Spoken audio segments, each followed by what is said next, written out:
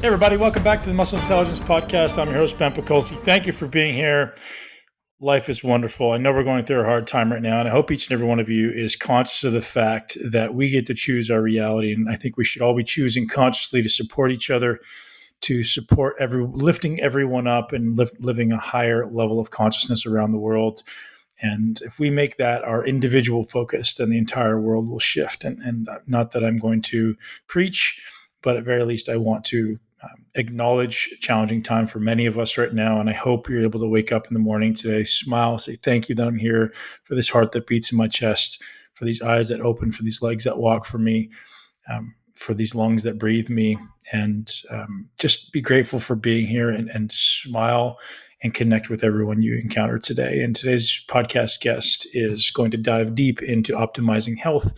Nasha Winters joins me today to talk about how she overcame cancer on multiple occasions, what she thinks now, after having worked with thousands of people around the world, was the cause of these cancers and many other cancers, and how we can avoid it.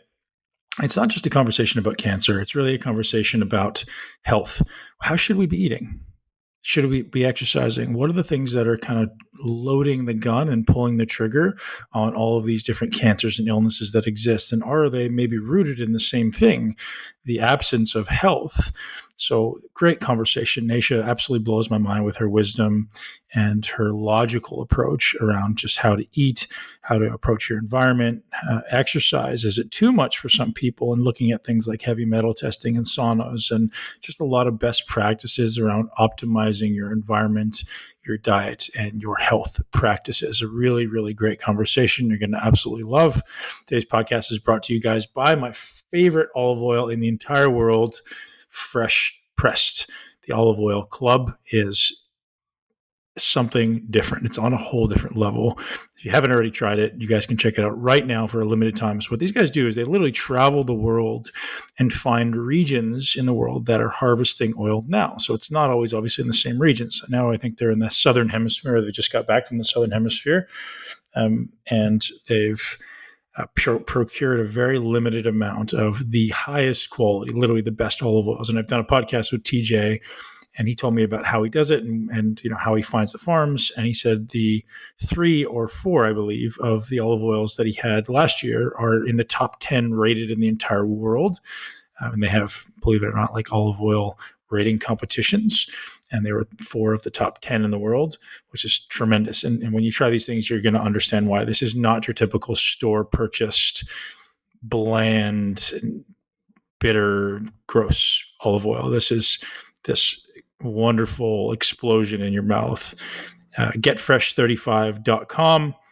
You're going to get hooked up with a bottle for $1. That's pretty awesome. So shout out to Fresh Press Olive Oil Company or Club, and for hooking us up with this amazing product that I literally use every day. I think I consume food now, certain foods, so that I can just consume olive oil. It's such an amazing thing. I might be addicted. Getfresh35.com to get hooked up with a large bottle of olive oil for $1. Guys, massive respect, massive appreciation for you being here. Have a wonderful day. Let's all lift each other up today. Enjoy the show. Dr. Nasha, welcome. We're going to dive into your amazing career around cancer, the metabolic effects on cancer, and then hopefully dive into some amazing things that you're doing around the vagal nerve as well. So super excited to have you here. Thank you for joining me. Thank you so much. I love you and your work. And as we were saying right before we started videoing, it's that little guy and the picture behind you who you said is now 8 years old that we are doing what we're doing today. Right. And I think all of us, whether you have children or not, are really hoping to leave this rock better than we found it, at least, leading with our heart first and really trying to help, whether it be the younger generation or people currently existing with, whatever it looks like to live their greatness and exude their light and ultimately live an illness-free life. So your commitment to cancer started very young for you, did it not? Like, I think it was 19 years old. Yeah. Tell us a little bit about that. That's very interesting. Yeah. And I think when people hear about, you probably hear this, and I know I do in my profession, that people sort of assume that they were healthy. They're like, I was healthy until I got cancer. And it's such the weirdest thing for me to hear and also to see, because sorry, the cat's decided to join cat? the crisis. Yeah. Tell her I say hello. I will. You're right there with us. Okay. But basically, that being said, is that I was kind of born onto this planet. When we talk about the kids, I was allergic to every single formula. And it's kind of funny because in 1971 in Wichita, Kansas, it was not hip to breastfeed. We still see all the problems we have in relationship to that as well. But ultimately, that was, instead of it occurring to anybody that maybe breast was best, they tried every single thing you can imagine. I ended up on a soy formula, which by the time I was 9 years old, so this would have been 1980, I started menstruating. Like today, we don't think that's too weird. Wow. But back then, that was really weird, right? That was, the average age was 12 to 13 years old. So I was way ahead of the game. Is it normal now for girls to menstruate by 9? Well, it's not normal, but it's common. Oh my goodness. I had no idea. Frightening, right? And so we're seeing, young girls like with breast buds at 7, 8 years old. We're seeing young girls menstruating. And this is now, even though we said it's common, it is being treated like it's normal, and it's anything from. Right. So that's horrifying. So looking back at my history between that and also what we learned later living on or around 7 Superfund sites, didn't know that, until you start digging to realize what we're being exposed to. I lived near a bunch of military bases. I lived in an area that had a lot of tech industry or building industry around airplanes. I lived in Wichita, Kansas. So Beach, Boeing, Airjet, Learjet, Wow. all of those big things. Talk about pollutants in the environment there. There were those pieces. We also, which we're going to really dive into in a bit on the vagal nerve, massive amounts of trauma, things like that. So on the sort of scale of 1 to 10 of what you could have experienced as a child, I was a 10 out of 10, which is part of what we now understand can set you up for a life of chronic illness and cancer as a young adult and beyond. So a lot of no surprises there. We were latchkey kids, parents divorced early on. So we fended for ourselves. And a lot of that looked like bags of Wonder Bread with cinnamon sugar toast, pretty much as my 3 meals a day. I worked at hot dog on a stick from age 12 to 18. And that was my go-to meal at the time, because we were too poor to have anything else. So living on just like, I understand those food desert concepts. So just to give your listeners a construct of what was going on, that it wasn't like I just woke up with cancer. And it would still take many, we're going to do this really quick. So I'm going to liberate the cat into the outdoors. She wants to help so much. So there you go. But what was very fascinating to me is that doing the best we could in the circumstances we had, recognize that the majority of people are raised in such a way, in toxicity, both emotionally from the environment, from their food supply. A lot of us don't even realize that we're just sort of insidious with these things that can increase our risk factors. It was still years later. 2008, I got my epigenetics tracked, so I knew what was going on there. But in 1996, I also learned that I had the BRCA gene, which is a lot of people know it as the Angelina Jolie gene. So these pieces were what it put together, but no wonder I had cancer at age 14 first with cervical cancer, again at 16, and at 19, because I had so much irritable bowel syndrome, so many digestive issues, so many hormonal issues for so long, polycystic ovarian syndrome, endometriosis, massive amounts of hormones from birth control pills to try and correct those symptoms from the pharmacology side of things, that by the time I was diagnosed, after ending up in an ER over and over and over again over many months, by the time they realized what was actually going on, I was nearly dead. And so my organs were in end-stage failure. I had a 9-month, belly full of malignant fluid. I had tumors in my liver, ovaries, in my pelvic cavity, all throughout my lymph nodes. And at that point, they realized I was in such bad shape that even a single dose of chemo would have killed me outright. So they said, if I did nothing, I'd be around for 3 months. And if I did something, I'd be around for maybe 6. So, and they were afraid that if I took a single dose of chemo, it would kill me right out. So therein starts my journey, which it'll be 29 years. October 21st of this year was my official diagnosis of stage 4 end-stage ovarian cancer with organ failure. And that's what turned me into this whole world. This is why we're having the conversations we're having today. And part of my fascination is understanding that there's not a single trigger. It is not a genetic disease. Less than 5% of all cancers are. It was so much about diet, lifestyle, emotional traumas, triggers, dietary lifestyle, the people I hung out with, the environment I was in, how I took care of my body or didn't. It was accumulation of many, many things on top of kind of my epigenetic blueprint that allowed itself to manifest. And as you were saying before we started this conversation, we'll all be faced with this at some point in some way. And even the World Health Organization says that by 2030, our worldwide cancer statistics are expected to double.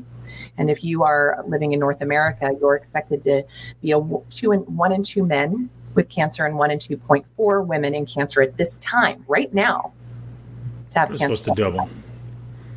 Interesting. So I guess where the first place my mind goes is, I know you've written a book on it, so I'm sure there's many answers in there, but has anyone started to create kind of a list of best practices? Like, you went through a whole number of things there, like it's genetic, it's environmental, it's food, it's stress, it's all these things. But, for myself as a parent and for myself as a human, I want to be able to be like, hey, like, what are those things that are insidiously impacting our life that we don't even know are there? Maybe we should start paying attention to, and, maybe we could just jump off at that point. I think that's a great point to jump, because I think you're right. As I said before, people will come to me and say, well, I was healthy till I had cancer.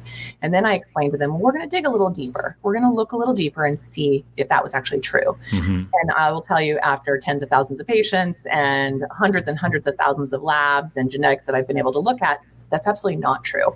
So a lot of us are walking around not knowing what's simmering inside. Mm-hmm. So what your suggestion of what kind of standards of practices are out there? Well, in standard of care, there aren't any. Let's just put it that way. Their idea of prevention, a standard is smashing your breast tissue with radiation every few years. If you have a family history, they do it more often. And ironically, if you have a BRCA gene, the BRCA gene is actually ignited by radiation. So we're having you do it twice a month. Can you clarify what the BRCA gene is? Yep. So the BRCA gene, or SNP, a lot of people, like I said, know it as the Angelina Jolie. This is a genetic predisposition that increases your risks of certain breast and ovarian cancers in women, and even some prostate cancers in men, and pancreatic cancers in both sexes. So what that genetic hiccup really is, though, is a problem with methylation. So it's how we are utilizing our nutrition, our nutrients, our B vitamins from our food sources, which also means that our guts have to be intact to have the right cofactors to utilize those B vitamins appropriately, to get into our bloodstream and get into the receptor sites to make our epigenetics express better, to make our DNA a little hardier. So having a break at the BRCA gene means that you do not repair your DNA as easily as everybody else. And so you're a bit more vulnerable to things like stress, toxicity, and very specifically radiation. And so when we start to compel these women with this genetic predisposition to do mammograms twice a year, where you are smashing and radiating the breast tissue, that's frankly malpractice. There are safe ways of testing the breast tissue without radiation to that tissue and smashing that vulnerable tissue, which we can talk about later or now, but there's definitely ways of assessing the breast health without causing more insult to injury, especially to those high risk populations. Yeah. So you went through a number of things there that were dietary things that are going to maybe predispose you to potentially having these genes express, or these symptoms, these cancerous scenarios express. What have we drawn a direct correlation with over time that says, hey, these are the things that we know are going to cause cancer? Because in my world, there's a lot of talk around mTOR, right? There's a lot of talk around, hey, we're eating too much protein, you're driving these metabolic pathways too hard. And in other worlds, there's talk about soy, there's obviously talk about sugar, there's talk about inflammation. There's so many things that could be checked in those boxes, and I'd love to just kind of walk through. Yeah, sure. Well, and that's what the beauty. So just a quick backdrop here, the metabolic approach to cancer, which is my book. It has a beginning point, of the 10, because I talk about the 10 terrain factors that create or negate your health, depending on that. So when you talked about sort of the SOP on, how do we start to standardize the way people really assess their health, that survey is a great place to start for people, because it helps you understand your blind spots, and it looks at your epigenetics, your metabolic health, which mTOR would fall under that category, your environmental toxicant exposure, your microbiome health, your immune system health, your inflammation, your circulation and angiogenesis, your hormonal health, your stress and circadian rhythm response, as well as your mental emotional health. So those 10 factors are what I explore with every single patient, and what those 10 questions, or those 10 sections with 10 questions under each, gives you an idea of maybe what your blind spots are and what your priorities are. So that's stage one. So perfect. It's easy, right? And then I tell people, like, even if you just go, I've got 6 out of 10 on the metabolic part, I'm going to go just read that chapter. So you don't have to inhale the book from front to back. You can focus on what's important to you. So tying it back around, of what do we know that can impact the outcomes of these situations? So specifically to the BRCA gene and the genetic expression, some of the foods that have been very well studied and very well established to change our epigenetic expression and lower our risk, even if we carry that BRCA gene, to actually manifesting cancer, are things like cruciferous vegetables, right? Very simply stated. And it's so funny how many people, especially in the West, say, I hate my broccoli, I hate my collard, it hurts my stomach. We're really averse to vegetables and leafy greens in this culture. Right. And yet it is so critical to our ability to methylate and detoxify. Right. So I know you're deep into this low carb, high fat world, as am I. Yeah. And you have 2 camps, right? You have the carnivore camp that says, hey, all these vegetables are doing really bad things to you. And then you have the other camp that says, hey, there's a lot of positive things in there. Yeah. And it sounds like you stand more on the side of like, hey, there's probably more utility in an omnivore style diet. Is that kind of where your stance is? And yeah. Yeah, I mean, I think that's what, and I always talk about, like, I tell people, when you get too far of any extreme, so if you're in the vegan camp or the carnivore camp, they can be very powerful strategies short term for a variety of different reasons. Okay, so that being said, is you can use any dietary approach therapeutically for a period of time. But our day-to-day, every day, all the time throughout our life, we should focus on what is in common of all of the positive outcome diets out there for cancer. Is it should be real food. I know that seems like a shock to people, but that all comes in a box, right? Thank you. All real food comes in a box. And that's really a new invention of our time, right. Really last 100, 150 years, really in the last 50 years. So it should be real food. It should really be ideally seasonal and local, because that's going to be what's akin to your own microbiome and your own environment. It should definitely be as clean of quality as possible, which is today you have to go so out of your way to find that. It's bizarre. Meaning pesticide-free primarily? Is that how you would define clean? Glyphosate, herbicide for like all those things. I mean, today we're probably finding the largest, problem in our diet and world today is glyphosate. Mm-hmm. It's an endocrine disruptor. It destroys our microbiome, which therefore destroys our mind, destroys our immune system. And it cracks me up, because we've been saying for how long now in the sort of registered dietitian world that you need to be eating your 5 to 10 servings of grains a day to reach your important nutritional needs. Or if you're a vegan or in the vegetarian camp, you're also pushing still a lot of grains and legumes. So this is where some of the carnivore stuff really hits spot on, is that they're correct. When you remove those things, you tend to kind of avoid some of the biggest problems, because legumes and grains sequester glyphosate, even organic folks. Yeah. The glyphosate is not reading signs. Right. It's not like, oh, that's an organic field, I can't land there. Right. When it has 2 miles of air, water, and soil distribution. And so especially when 90% of it's coming from California, right? Which is like the most populated, the most polluted. Yeah. Yep. And you can't even find even organic wine in California now is all tainted with glyphosate. Totally. And that's the thing, is I tell people is, it's not that the poor grain or legume was the problem, it's what it's bathed in. And that is where the carnivores have a little bit of leeway right now to say, yeah, maybe this can help people who have a really destroyed microbiome for a period of time, get on a carnivore for a bit. But here's the wild thing. If you're still eating meat that's eating that shitty stuff, you're getting the same thing. You are what they eat, but also what, I was thinking exactly that about like beef liver, right? Beef liver is such a big thing in the carnivore community and most people's community. But if you're eating meat that's been bathed in glyphosate, you can't win. Exactly. You end up in the same exact boat. So when you kind of bring those edges in, you said that kind of thoughtful carnivore level that's got the thoughts of quality, seasonal, local, regional, just clean, then you have kind of the foundation that we can all work from, and then tweak it as needed for whatever our therapeutic needs are. So a lot of people don't know that mTOR is also very high in gluten. Okay, so mTOR gets kicked off by dairy. it gets kicked off by high meat. And so when I also have people on the carnivore side saying, nope, it doesn't. It does not cause insulin spikes. It's not a problem. No, eating a steak is not the same as eating a candy bar. If you have the APOE2, the ASCL1, the APOE3/4 genes, guess what? It is. And I'm married to a man whose genetics, when he eats a steak, even though it's his favorite food group on the planet, I can look at his glucose and his ketones the next morning, and it speaks for itself. There is no dogma here. Right. So insulin's up, ketones are down. Every single time. For me, I don't even like meat, but my body needs it because of different things, and it will shift over. Like I have a different experience with it, but I have very different genetics than my husband. And so we look at these things that we have to look at those nuances as well. But again, for the most part, if we all kind of stick in that middle zone, we're probably pretty good.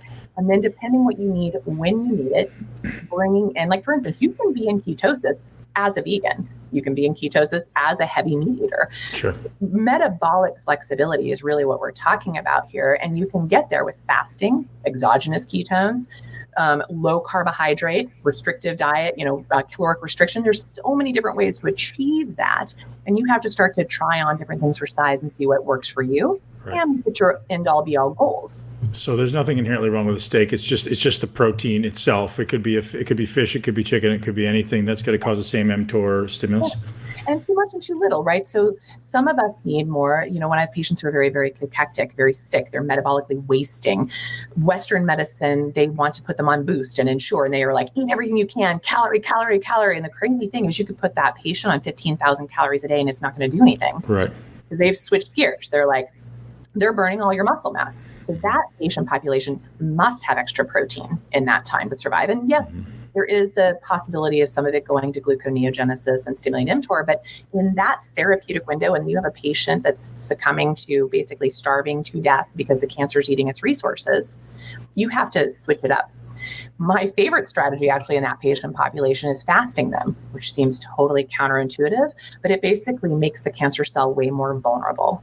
So when I can fast them as well as get them into some exercise moments, and then maybe some other oxidative therapies, be it standard of care interventions or high dose IV vitamin C or hyperbaric oxygen, we can actually stress and kill that cancer cell and kind of take back the reins of the metabolic flexibility. Right. Is the target of the fasting in that instance just to keep insulin levels down, or is it just like complete caloric restriction? So would there be any type of utility in using like a protein sparing modified fast type, like just some fats, or do you think just nothing?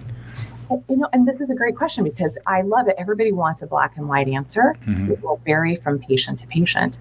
So I have some patients who need to be on like the Prolon, fasting therapy, fasting mimicking diet program, mostly out of their psychology, not their reality, because it feels like, and it makes their families feel better because if they're not eating, everyone starts to get really wigged out. Totally. Funny, isn't it? Right. It's really weird. And you're speaking to a woman who did a 5-day water fast last week, and I'm in my second day today. So I'm resetting after some challenges of travel in the last few weeks. And that's what I can do. I can default and reset myself very quickly with just a few days of eating nothing, and the same thing with my cancer population. One of the theories that Dr. Longo taught me years ago before he became well known and before he got the Prolon fasting mimicking diet out there was the reason why chemo probably even had the effect that it had at all is because most people feel too crummy to eat. So I've seen that. So when you then bring on chemo in a fasted state, you're stressing the cancer cell even more. It becomes more responsive to the therapy, and it protects the healthier cells around it because they have all kinds of cool built-in mechanisms to deal with that fasted state that our cancer cells do not. So interesting, isn't it? Yeah. So, in this population, we struggle, or at least we try to advocate some fasting, but everyone's so concerned with muscle wasting. Any thought on what duration would be a great starting point for people who are actually concerned with muscle, and what frequency, right? So oftentimes I'll advocate people, have at least 1 day a week of a 24-hour fast.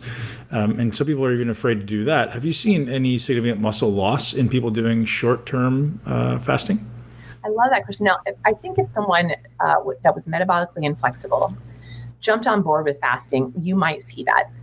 But when I'm working with my patient population, I'm usually bringing on carnitine, whatever. I'm bringing on other things to support them. I'm working on lowering the inflammation, which has an impact on your muscle wasting. I'm working on the stress response, which has an impact on muscle wasting. I'm working on other nutrients that are keeping them in a good equilibrium of that process. In general, when I'm looking at a patient population, and really I think this would probably be good for all of us, and it's so weird. I mean, I'm going to tell you, and you're going to laugh because you are in this camp with me, but I always tell people all of us should probably be fasting 13 hours a day, every single day. And people they kind of scoff at me like, oh, I can't do that. And you're like, really, that's finishing dinner at 6 and eating at 7 a.m. Most of that through the night.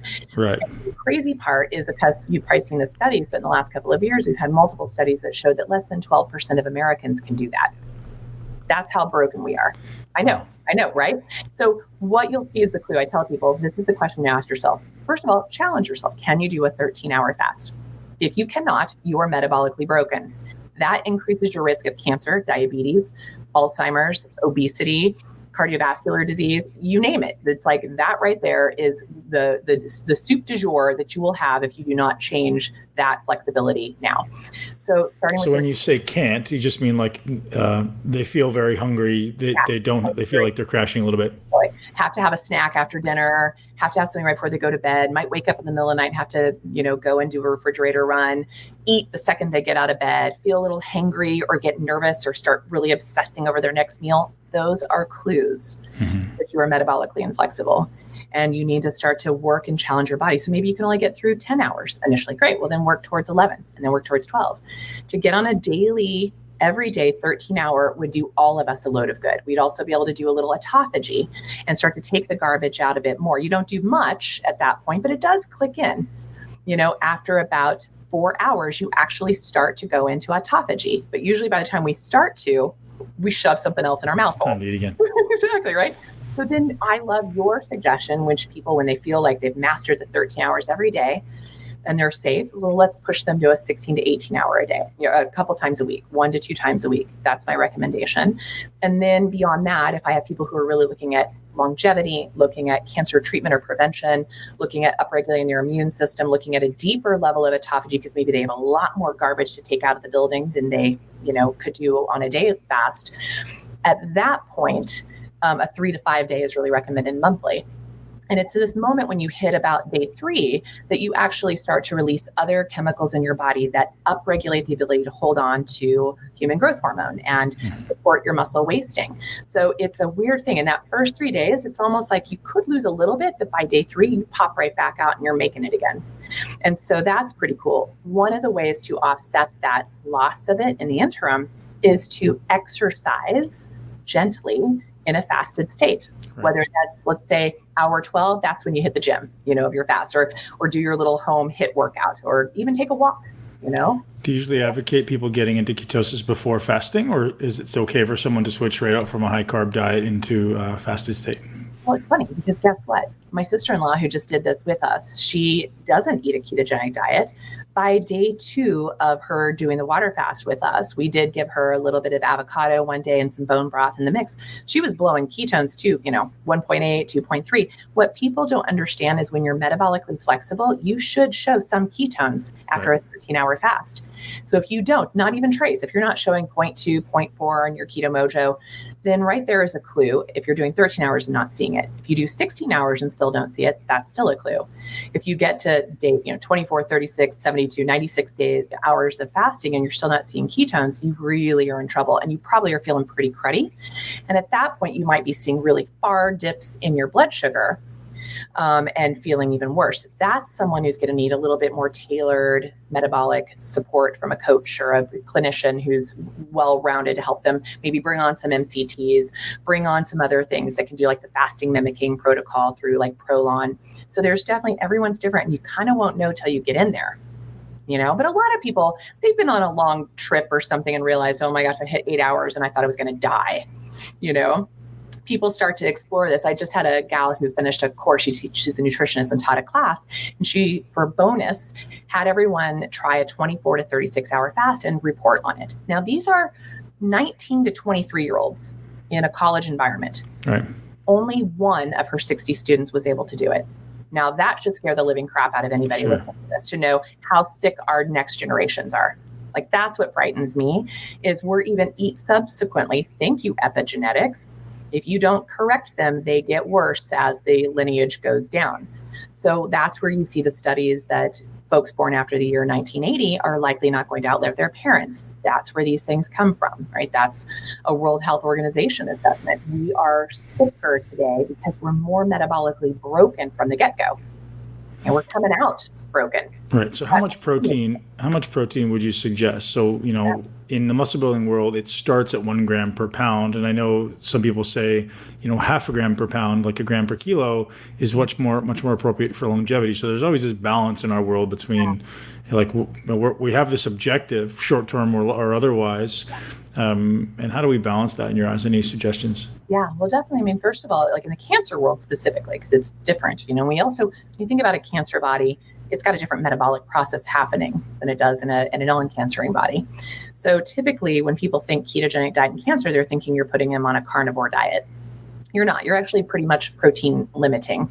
So 0.5 to 0.8 is kind of the shoot for that per gram per kilogram. That's on a cancer diet? That's on the cancer. And then depending on if they are severely cachectic, or if they are still actually really physically rocking it and doing a lot of good, exercise and whatnot, which would be the best thing you could do for any cancer patient, then they can probably get up 0.8 to 1 gram per kilogram. We really don't want our cancer population above 1 gram per kilogram. Okay. So we're keeping it pretty moderated. Yep. So a lot of people out there in the kind of vegan world are saying, oh, vegan for cancer. I'm like, well, what you get with that population is massive amounts of carbohydrate, massive amounts. You are hitting your protein needs, but you are also, to achieve those, getting way, way, way, way high up in the glucose and insulin issues. So is there a direct correlation in what you've seen? And I've asked many people this question, but I'm curious on your clinical experience with higher amounts of protein actually perpetuating more cancer growth. Well, it depends. So in certain cancer populations, I have definitely seen that to be true, like my prostate cancer patients. And this, again, not a blanket statement, observational of certain types that seem to respond. So there's that. There's certain melanoma processes, especially BRAF mutations, seem to have some of these issues, where we probably want to make it more of a Mediterranean-centric, higher fish intake versus red meat, maybe not use so much of the saturated fats, maybe stay more in the olive oil family for your fat consumption versus going to town on tallow, for instance, so there's that population for sure. There are definitely other populations in the cancer communities that actually do much better with just a lot more fasting and a little bit more caloric restriction in the times of progressive growth. And there's certain cancers, like certain glioblastomas, that should likely stay in a therapeutic level, so above 3 in their blood ketones of ketosis for the rest of their lives, hopefully rest of their very long, vital, healthy, happy lives, because they tend to, when they get out of it, it just seems to set a fire off. I see this over and over. So when you talk about, again, this is never black and white, and it drives people crazy. When I'm on the forums, when I'm at conferences, patients calling us like, how do I eat? I'm like, well, let me look at all of your data and we'll let you know how to eat in this moment, because your data should also change. As we are changing you will be changing and your needs will change. Specifically to the general population, when we look at, just evolutionarily speaking, we weren't always grazing 24/7. We didn't always have access to things all the time. So there'll be times of the year you need more protein, or there'll be times of the year you'll be naturally more in ketosis because of the lack of things you can access. There'll be times of the year where you have less vegetable matter, fresh foods, those are the places that, again, becoming more seasonal, becoming more of a locavore and a caesivore really changes things up for you as well, because you start to mimic nature and you start to get closer to your DNA match versus the mismatch that happens just living on the planet today with accessibility to everything all the time. That's always such a paradigm shift when I say that to people. They're always surprised to hear that you're supposed to eat seasonally. And it's like, well, why wouldn't you? Right? People just haven't thought about it. So are there any foods or food groups perhaps that you would think should just be removed? Like, we've talked about some of them. So, we talked about obviously grains not being awesome. We talked about anything really containing glyphosate not being awesome. Anything else that comes to mind is like, hey, we should probably avoid these basics. I think people like to hear, you understand, people like to have rules, right? Like, I want to hear black and white. And you don't have to. I was just curious if there's anything like you personally that like, these are things that if they're on my plate, I just absolutely won't touch them. In my mind today, what I wish that was never available to us anymore was gluten. just period. Like, if we just took that off. Because tell me why it's so bad, because there's so many camps that go, oh, gluten's not that bad. Tell me why it's bad. Yeah. Well, first of all, I mean, the gluten of today, like I have a patient who said, it ain't Jesus's wheat. And that is so true. It is not where we started. So quick background, we brought in all of our wheat, kind of our ancient grains from Russia until the Cold War times. And at that point, we lost all access to that. And the US basically paid all of our farmers, subsidized all of our farmers in the United States to stop growing all the massive thousands of different varietal crops that we did up until that point in time, and said, we have a supply and demand issue. So when did that happen approximately? Do you know? 40s, 50s. Okay. And that's kind of that Cold War era. So we were like, stop growing all these beautiful, diverse things. Hello, microbiome diversity. Okay. And we need you to start to churn out this supply that we can no longer get from our brothers abroad. In doing so, we also went into a lab and said, we got to make it faster. And we have to make it higher content. So we basically made fatter heads of higher gluten. So we increased the gluten content of the hybridized grain that we started to grow in this country, and we monocropped the hell out of North America. Sure. And then shut down all these other options, and then created, instead of stopping once we kind of hit our stride, we still kept it going. We still subsidize these farmers today to grow this stuff instead of this stuff. So that was one big hit to a system where we already had about a 1 in 1,500 chance of celiac disease or HLA-DQ, epigenetic hiccups, or leaky gut issues, or sort of gluten sensitivity. We already had that in our world. That's already been there since the change when we moved from hunter-gatherer into more of the agriculturist. That's when we made the shift about 4,000 years ago through that whole swipe called the Fertile Crescent of the Mediterranean regions, which also, by the way, has the highest levels of HLA-DQ genes. That's where it came from, which is also the highest incidence of celiac. So how cruel for the poor Italians. They have some of the highest incidence of celiac in the world. Luckily, they also don't eat this worst quality of gluten that we do in this country, so they've likely kept themselves alive a little bit longer in this. But in this country, we had that first hit that really started to increase our symptoms. A really interesting, fun side note, up until whenever we'd have a World War I or II, we'd go into bread rations. There's lots of really cool studies that show that people's health exponentially improved worldwide when we went into bread rations. In the 1940s, in your old like DMS, your ICD-9 code, your DSM books of like the diagnostic imaging books, we actually called schizophrenia bread brain. That was what it was known as at the time. So we have known for a very long time that we've had problems with wheat and gluten in particular. Yet we love our bread. We're bread whores because it's hitting the dopamine in our brain and making us all junkies. So we're all out of little bread heads. And so there's that piece. The next big hit, 1971, is when we started to introduce glyphosate into the market. I happened to grow up in Kansas. In one of the first testing areas of this. I was born in 1971. So you take people who already had those genetic predispositions, you take now a new chemical to the system that now became really fully part of all of our food system by 1996. And now it's everywhere, and you can't even get it out of the rainwater, for crying out loud. You now have something that unequivocally completely disintegrates the gut barrier, that we know for a fact, people like Dr. Huber and Dr. Stephanie Seneff and others who've been studying glyphosate impact on GI tract. Yep. And now you have 1 in 9 to 1 in 10 people having gluten sensitivity. And it wasn't the poor gluten's fault. It's what we've done to it. Right. So if you're one of those 8 or 9 or 7 or 8 that isn't sensitive, are you okay with it? So I'm not. Okay. Because then we can look at their insulin response. So gluten spikes insulin in a tremendous way. A couple studies came out about comparing a candy bar to a piece of bread. It's like there's no difference, right? The other side of it is that we can definitely watch. I check insulin growth factor, hemoglobin A1C in every one of my patients, and regularly, at least every 3 months.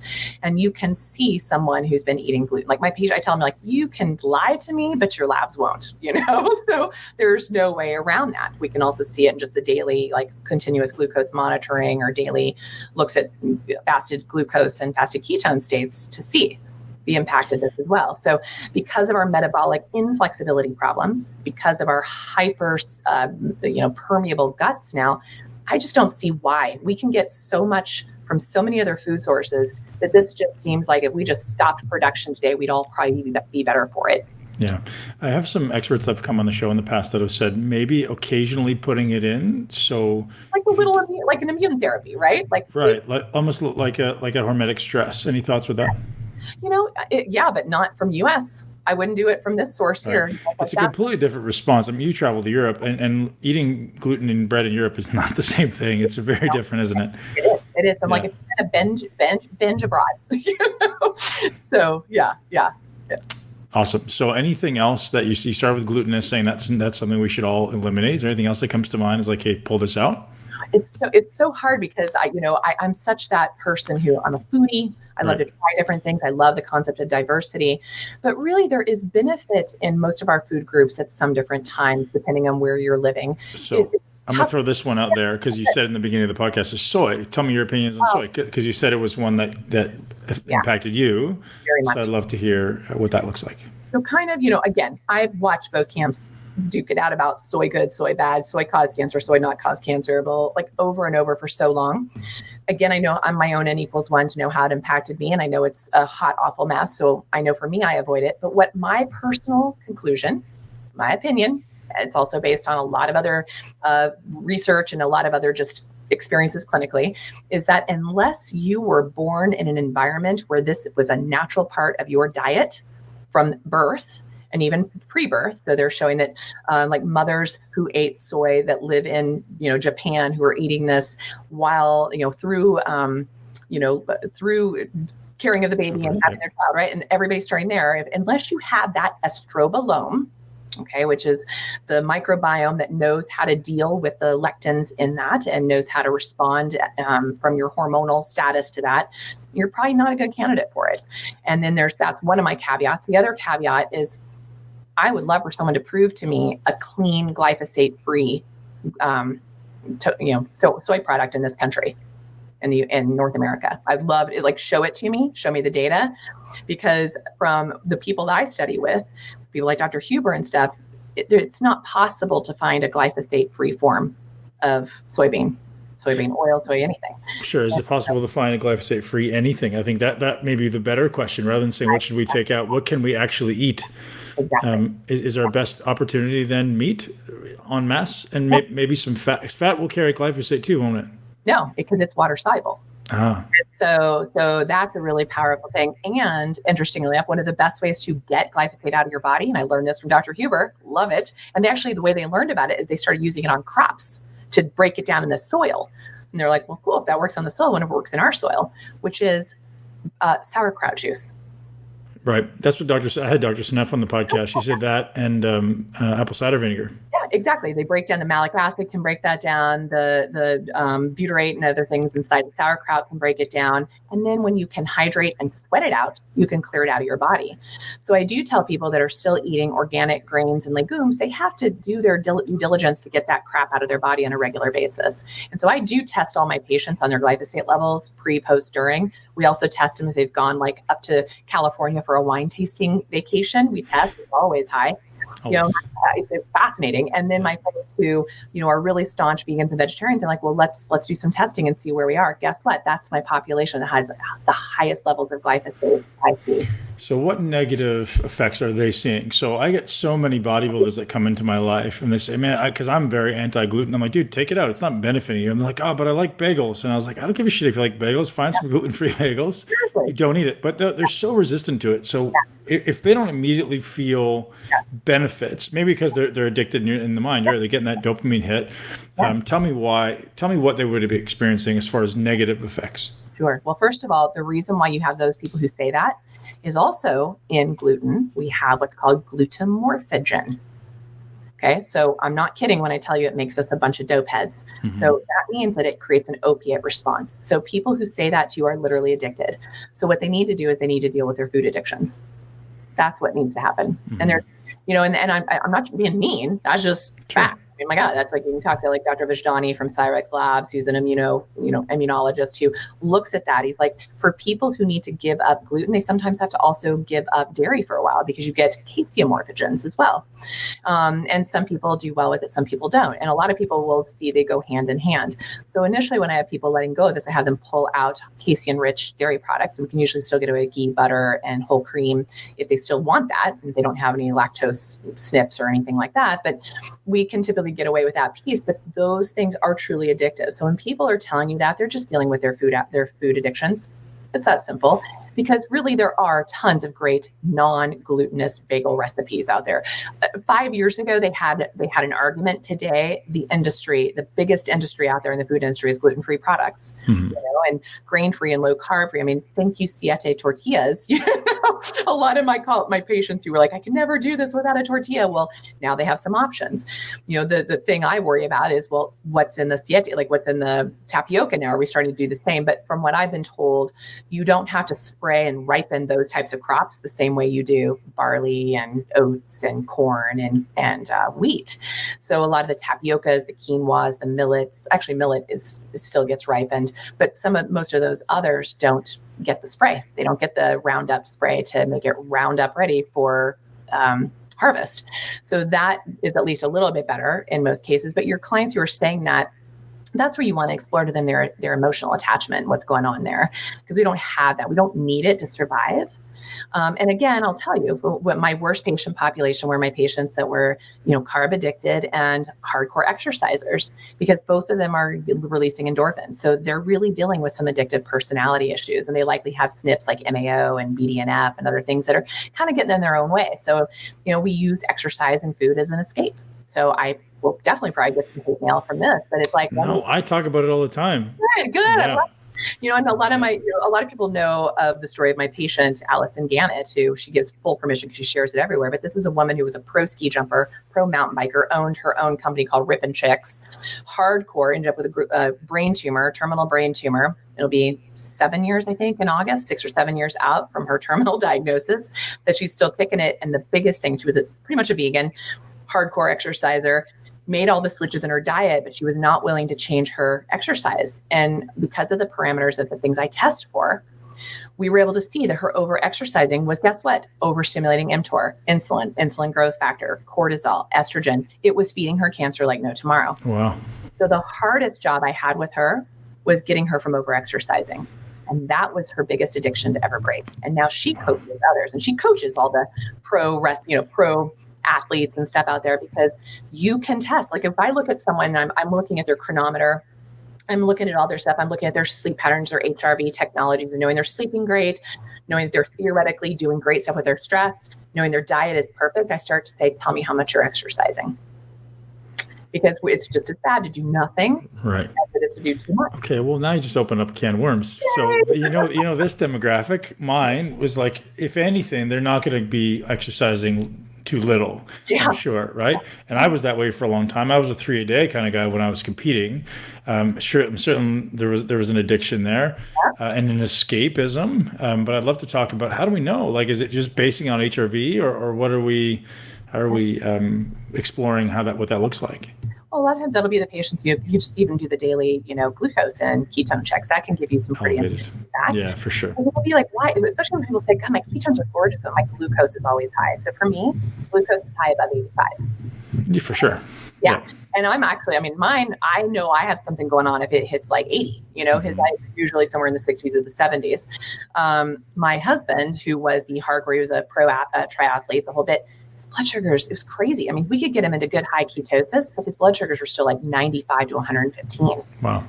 That was over-exercising. When he pulled back and kind of pulled up Mark Sisson and started doing less is more, like 20-minute hit workouts twice a week, blood sugars dropped below 80. It was like, boom, that was the trigger for him. And because of his addiction to exercise, he had to work on that piece, because then he was like I wanted him to go for a run or a bike, or I was like, get out of my house, those things. That once it finally caught up and stabilized, he at 51 years old has a much hotter body now than he did when he was, his 20 something, 3 a day, hardcore training. He is so much more even keel mentally, emotionally. Every aspect of his being is like stellar. And he really doesn't work out anymore. It's all just like, we get out and paddleboard, we go for a hike, or he went for a mountain bike ride the other day and he's always working stuff in the yard. He literally is just in motion. Mm-hmm. He doesn't have to focus, he doesn't have to compartmentalize exercise anymore to have this ripped 51-year-old, hot bod, not dad bod. Like, it's crazy. So it sounds like insulin and inflammation are the two markers that are maybe most important across the board. Nailed it. And for all chronic illness, right? Not just cancer. Yeah. Awesome. And if you're over-exercising, you're creating a lot of oxidative stress. You're creating a lot of lactic acid buildup. Lactic acid, actually, we check LDH. Lactate, lactate dehydrogenase is a marker of mitochondrial insufficiency, but it's also a marker of tumor burden. And so it's like if you're over-exercising and you're dealing with cancer, you will be feeding the cancer. Mm-hmm. So that's a great summary of all the food and metabolic considerations. I'd love to switch a little bit because you did mention some interesting points around environment. So you said you grew up in a tech environment, you grew up in a potentially polluted environment, and that's something that is massive. I think it's tremendous, and most people just kind of gloss over it, right? We live inside a house that we shouldn't be living in, that's probably loaded with chemicals that we shouldn't be breathing, and people just don't regard it. And then you add like makeup and perfumes and candles and stuff on top of that. So I think people don't acknowledge. I'd love for you to speak about how those are impacting, one, health, two, cancer. Sure. Again, since the 1960s, we've introduced over 80,000 new chemicals to our environment with less than 200 of them properly tested. That should be your clue number one. Number two, when we do studies, we typically look at one agent and one target and see the outcome. We're like, oh, that's innocuous. That's no big deal. But when IARC, which is a huge third-party research institute for cancer worldwide, started doing studies a couple years ago about the cumulative effect of a few of these things in your bucket, that's when everyone started getting scared. They're like, oh my God. It's like when you pour, bleach and ammonia into the toilet and you have to get out because you're now poisoning yourself. It's like those complications. That's what's happening inside of us. Right.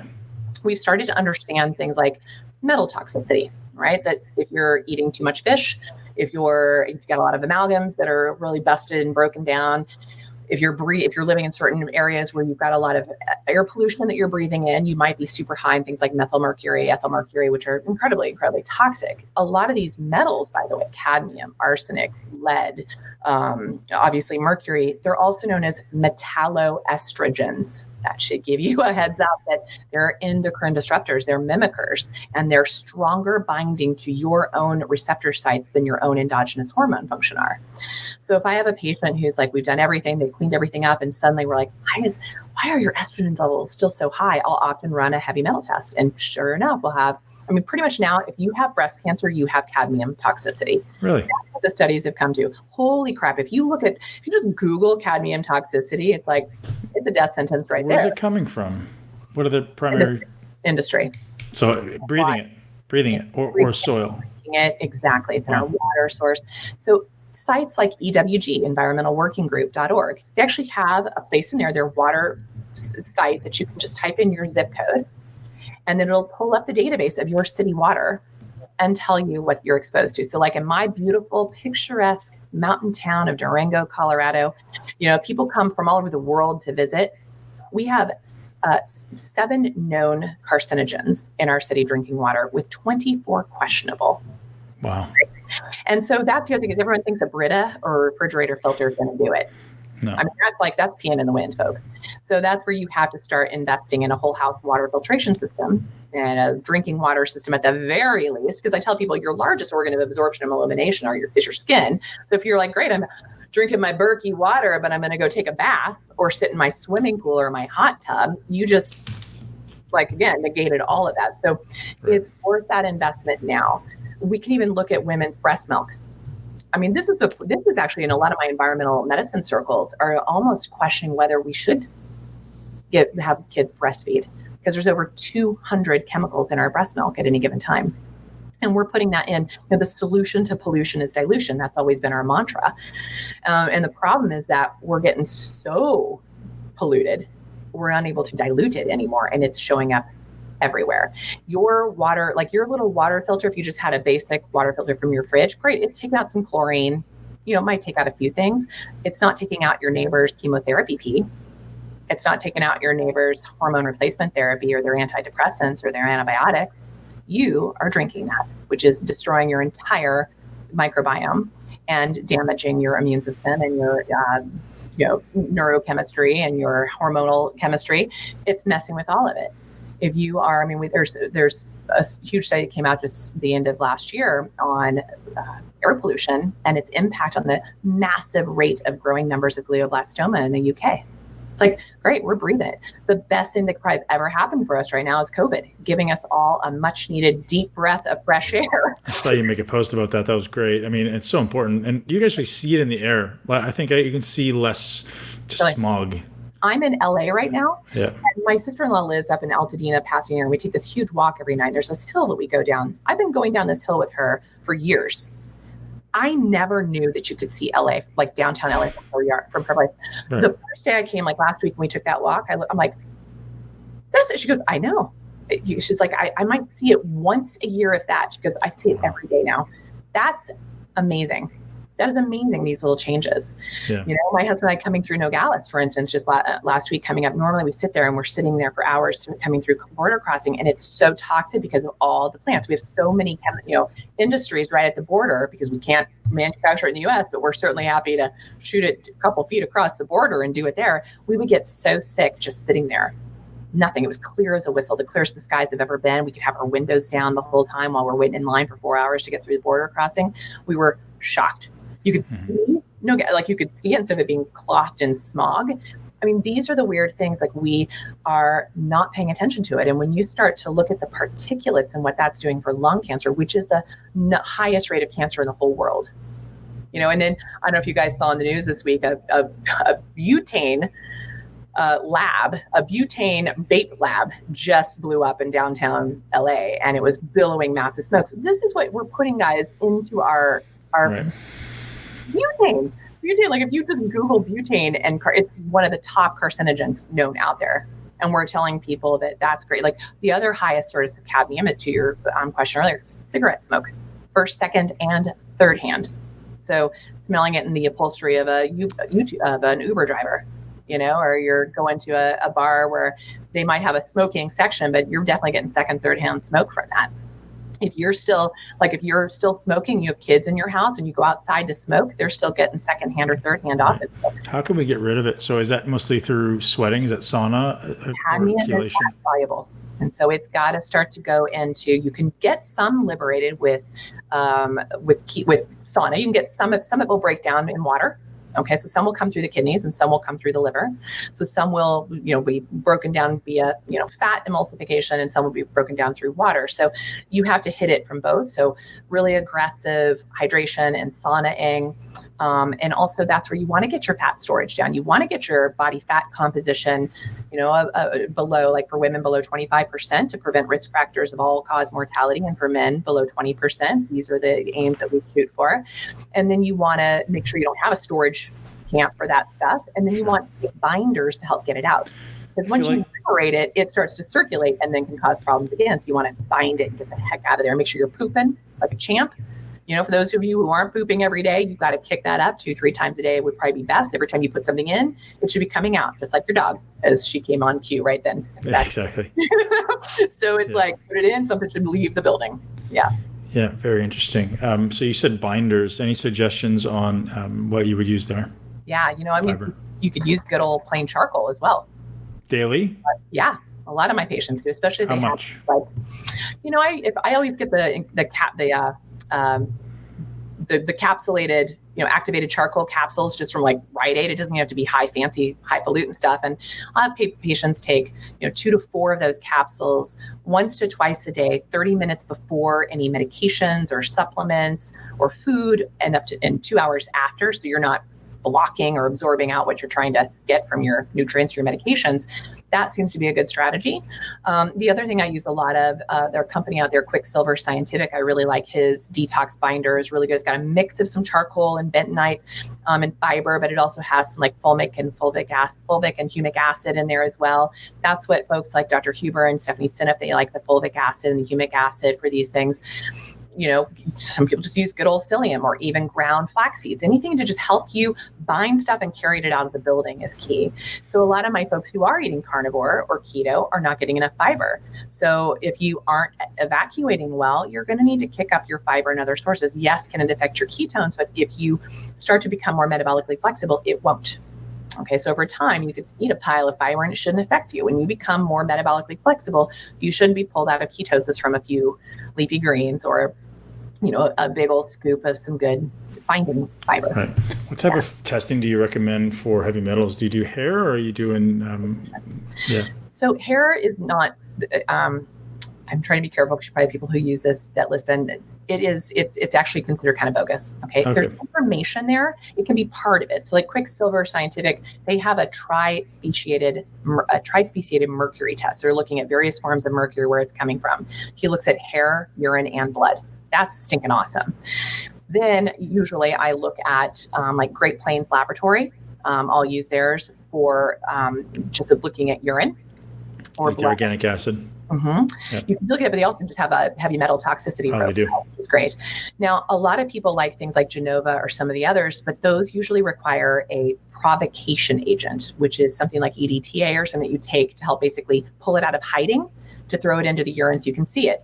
Now, in my patient population and in my personal experience, that's a really bad idea because we don't know people's kidney function. We don't know a lot of different factors that could actually shut them down. So for me, if I took a provocation agent, I would end up in the hospital because I have poor kidney function because of too much gadolinium poisoning, thanks to the MRIs I did early on in my diagnosis. So now I have 40 and 70% kidney function. So I know my creatinine, I know my EGFR, I know my 24-hour protein. I know all of those factors that if I put in a little bit of a chelator like that, a provocation chelator, it will kill me. There are a lot of patients walking around with sub-functioning kidney function. You don't want to do that. That's why I prefer Quicksilver or Great Plains Laboratory without the provocation. You can get enough information to know. If you're seeing anything on those tests, if you brought on a chelate, like a provocation, you're going to see a lot more. So I kind of, in my mind, double it. Because if I'm seeing that much spilling out on its own accord without being provoked, then I know there's a lot more in hiding. And we'll start to see that over time. When you start to pull it out and you test down the road, you're like, oh, look, we're still pulling a ton out. And you're like, well, why am I still? I'm like, because you're pulling it out of hiding now.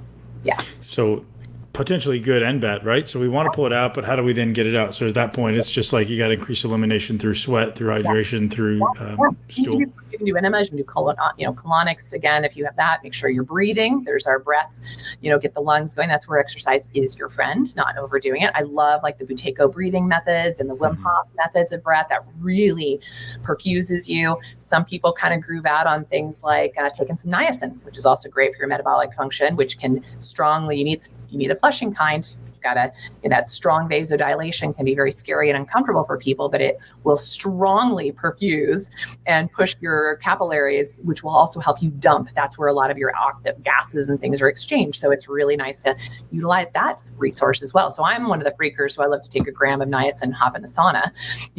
That's an old Hubbard protocol. Don't start there. You guys will curse me to the end. It feels like you're dying. Just a gram? Come on. I took 3 grams. You're taking more than that. I didn't want to encourage your listeners to be like, meh. 3 grams now, that's like crawling in your own skin, right? It is. It's kind of awesome. And then there's people who hate it and there's people like me who kind of love it because I know what's happening. So when I understand what's happening, it's enjoyable. When you don't, you literally think you're dying. So not for faint of heart. Yeah. Right. How often are you doing your saunas? I do my saunas when I'm home 5 to 7 days a week. Wow. When I'm on the road, I try and just bring up a sweat in other ways, or if I can find a local sauna place there. When I'm on the road, if I'm lucky enough, if I can't get a sauna, I can usually find a cryotherapy place now. So I'll do that just because I can go 3 minutes of my life and it's over. That's kind of nice because it has a similar mechanism of helping my body like contract and release, of all the lymphatics with that cold hormesis and then the vasodilation that comes after getting really cold. That's really powerful old nature cure therapy. I'm the person who also ends every single shower, and I have for almost 30 years, in cold, and I often pump it back and forth with hot and cold to keep my lymphatics going. And when you end your shower on cold, you get out and you're already naturally warm and sweating typically because you're vasodilated now and everything's kind of leaving the building. So those are just cool little strategies available to you for free if you don't have access to the tools of a sauna or whatnot. But a lot of people are, like I saw Ben recently doing a cool thing on turning your biomat into a little far infrared sauna, or the little portable saunas like the Relax Sauna brand and a few others that are really small. I mean, mine carries what we take down to Mexico. I carry in a little bag. So I take my sauna down there. I take my Juve light. I take my Vibe. I mean, it's kind of ridiculous. We're like the Beverly Hillbillies when we live half the year in Mexico and half the year in the US. And right. I still want my daily little biohacks. What I find now is I really don't need to take those anymore because now I'm out every day. I feel like my Vibe plate is being on the paddleboard. I feel like I'm getting my negative ions on from just walking on the ocean and being in a giant Epsom salt bath of the salt water, being out in the sunshine, sweating in that because of the humidity. So I'm realizing I probably don't have to keep schlepping my stuff back and forth because I tend to get it more from nature when I'm down there than I do back home. Isn't it amazing how it's already built in, right? Right. It's like, we learned these crazy biohacks from something. Yeah. Yeah. Dr. Nasha, that was absolutely phenomenal and so much information. Thank you for joining us. Where can our listeners learn more from you? Please check me out at I've got a couple places you can find me just under Dr. Nasha. Dr. Nasha Winters is one of my Facebook pages. You can also find my book, The Metabolic Approach to Cancer, also on that. And on Instagram, I think I'm Dr. Nasha Winters there as well. I'm terrible with technology, but I'm always trying to post things out there. Our website, drnasha.com, is loaded with hundreds of podcasts and interviews, and blogs. There's a ton, right? So a lot of free stuff, little freebies for you to even let's say you do just get diagnosed with cancer, what to do, where to go. And then, we were going to hit on some things on the vagal nerve podcast, but we might have to do for another discussion, but that's coming up. We will do it, listeners. But everyone can watch you at the Body, Mind, and Vagal Nerve Conference, which is we'll link to in the show notes. Yourself and a bunch of other experts talking about the vagal nerve, because as I said, that's a huge area of interest for me. But thank you so much, and I think everyone should definitely look for your information. So grateful. Everyone be well. And that's a wrap, ladies and gents. Hopefully you enjoyed my conversation with Nasha Winters. As I promised, a huge amount of value. She's a brilliant lady with a great energy and a great attitude, and just one of those type of people that you just want to be around. She's got so much value, and I know she provides so much perspective, having worked with thousands of people around the world. So thank you, Nasha, for being a guest on the show and telling us about how you survived cancer on numerous occasions and why you think that happened, and ultimately how we can all learn to keep cancer and other illnesses at arm's length. Super grateful for your time, and super grateful for the listeners' time. Thank you guys for being here. I know you have a choice. Every day when you wake up, you get to choose what you put into your mind, and we are doing our best to curate the best information to help you sift through the noise, because there is a lot of noise out there, isn't there? There's a lot of people trying for your attention. There's a lot of people trying to give you, whether it's worthwhile or not, it maybe remains to be seen. But we chose to be here with us, and we're so grateful for that, guys. Thank you. If you're a fan of the podcast, we would always appreciate you subscribe. If you're the type of person who likes to help others, please don't forget to share this podcast with somebody else that you know and love will benefit or at least resonate with our mission to live our greatest life in a body we love. And one final shout out to our sponsors, the Fresh Press Olive Oil Club, which is something that I get sent to my house 4 times a year, get 3 bottles. Actually, I doubled it up. I get 6. Just because it's just so fantastic. And I suggest you guys head over to getfresh35, get hooked up with your bottle of olive oil for $1. And if you want to learn more about olive oil, wow, it's so amazing, don't forget to check out our recent episode with TJ, who is the owner of Fresh Press Olive Oil Club. He is the olive oil hunter who travels the world finding the best quality stuff, so we get to enjoy it in the comfort and safety of our homes. Guys, have a wonderful day. Thank you for being here as always. Don't forget to subscribe, leave us a review, and we'll talk to you soon. Thank you so much for tuning into Muscle Intelligence. If you enjoyed today's episode, please be sure to share it with at least one person you know. Make sure you're subscribed so you never miss an episode.